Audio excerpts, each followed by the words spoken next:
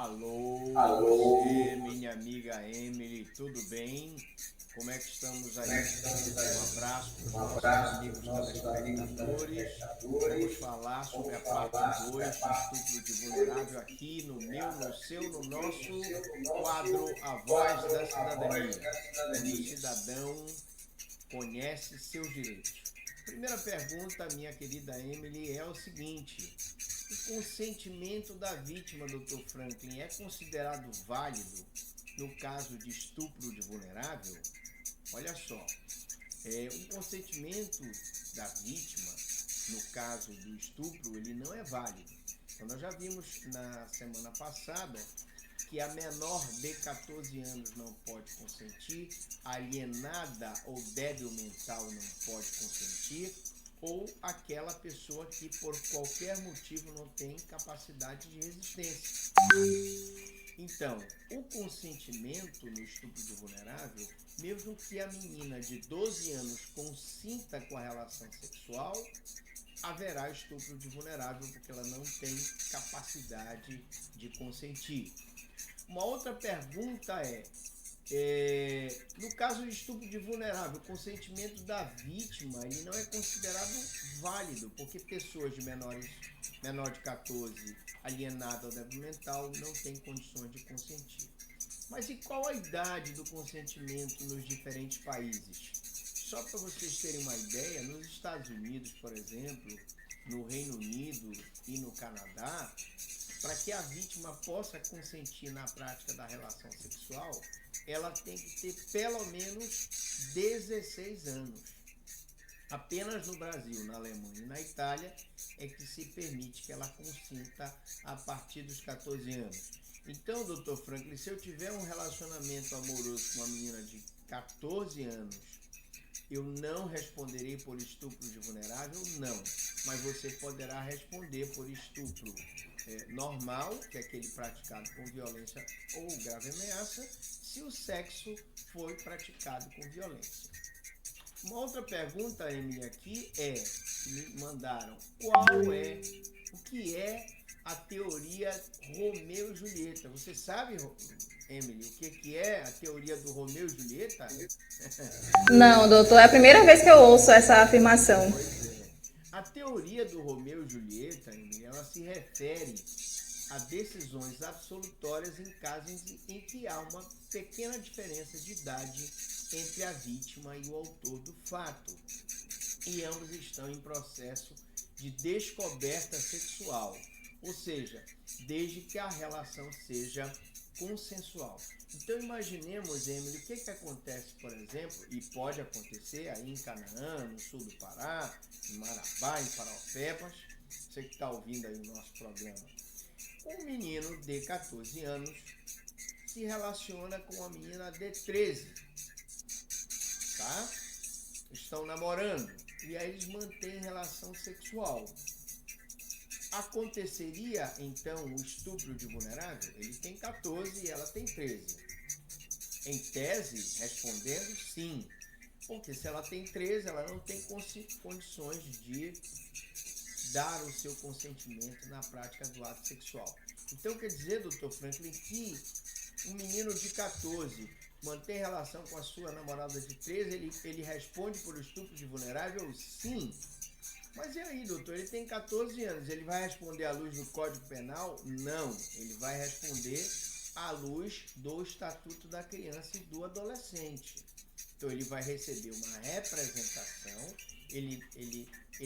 não é uma denúncia, é uma representação, e ele então vai poder ser, inclusive, não vai ser preso, mas ele vai ser apreendido. E as medidas que ele vai sofrer são as medidas socioeducativas, de liberdade assistida, de internação, conforme a situação do caso concreto. Mas por conta dessa situação, foi criada essa teoria do Romeu e Julieta. Alguns advogados defendem a tese de que ele, como está ainda no início da relação sexual com ela, ele não responderia pelo crime de estupro de vulnerável. Vale ressaltar que essa teoria do Romeu e Julieta, ela não é pacífica na doutrina e na jurisprudência. significa que ele poderá responder sim por estupro de vulnerável, ok? Então cuidado, rapazes jovens que estão tendo relação com meninas mais jovens ainda, é o que a gente falou na semana passada. Vamos evitar que as nossas crianças, as nossas adolescentes engravidem e com isso peguem doenças venéreas, doenças graves, deixem de estudar e às vezes fiquem desamparadas pelas pessoas que as engravidaram.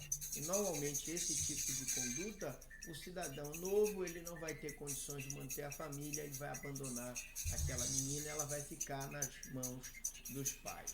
E vai ser mais uma criança que não vai ter a mãe qualificada porque não teve tempo de estudar. Mas vamos para outra pergunta. O que acontece, doutor Franklin, se uma pessoa com deficiência mental, estado de embriaguez, é vítima de estupro? Bom, meu amigo, essa pessoa que tem deficiência mental, ela não pode consentir. Então eu falei na semana passada, a você que mantém relação sexual com uma pessoa que tem portadora de síndrome de Down, essa portadora de síndrome de Down não tem condições de entender o caráter ilícito do fato e, portanto, você vai responder por estupro de vulnerável. Ah, doutor, mas ela consentiu. Eu não usei de violência. Mas a violência aqui nós já vimos na semana passada que ela é presumida. E eu levei a minha namorada na festa, ela estava doidona, bebeu todas, caiu lá deitada na cama e eu me aproveitei para manter a relação sexual com ela, doutor. Eu respondo por estupro de vulnerável? Sim. Você que usou bebida alcoólica para deixar tua namorada doidona, usou Boa Noite Cinderela, ou ela por qualquer motivo não tinha condição de oferecer resistência, você está praticando o estupro de vulnerável, sim. A quinta pergunta é: qual a importância de campanhas e ações sobre violência sexual para crianças e adolescentes no âmbito doméstico? Bom, minha querida Emily, é muito importante que um promotor como eu vá na televisão, vá na rádio, vá nas escolas, dê palestras, escreva livros que orientem a população sobre esse mal que é os crimes sexuais.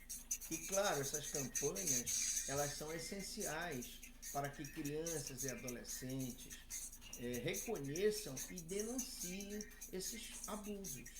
Porque agora, nesse momento, você pode ter uma criança que está sendo abusada na sua casa, na escola, na casa do vizinho. E muitas vezes elas não entendem que determinados toques que elas recebem configuram crime e podem sofrer abusos prolongados de professores, de parentes. E é preciso que a escola, que as nossas unidades de saúde nos ajudem nesse sentido para que a gente possa combater esse mal, orientar os médicos e enfermeiros, atender uma paciente, se ela foi abusada sexualmente, deixar ela falar, colocar no prontuário, encaminhar para a promotoria, encaminhar para a apuração da polícia, porque esses fatos que eu narrei aqui são todos considerados estupros de vulnerável. É isso, minha amiga Emily. Eu não sei se tem alguma pergunta aí do estúdio, eu vou ficar aguardando aqui. Passo a bola para você, querida.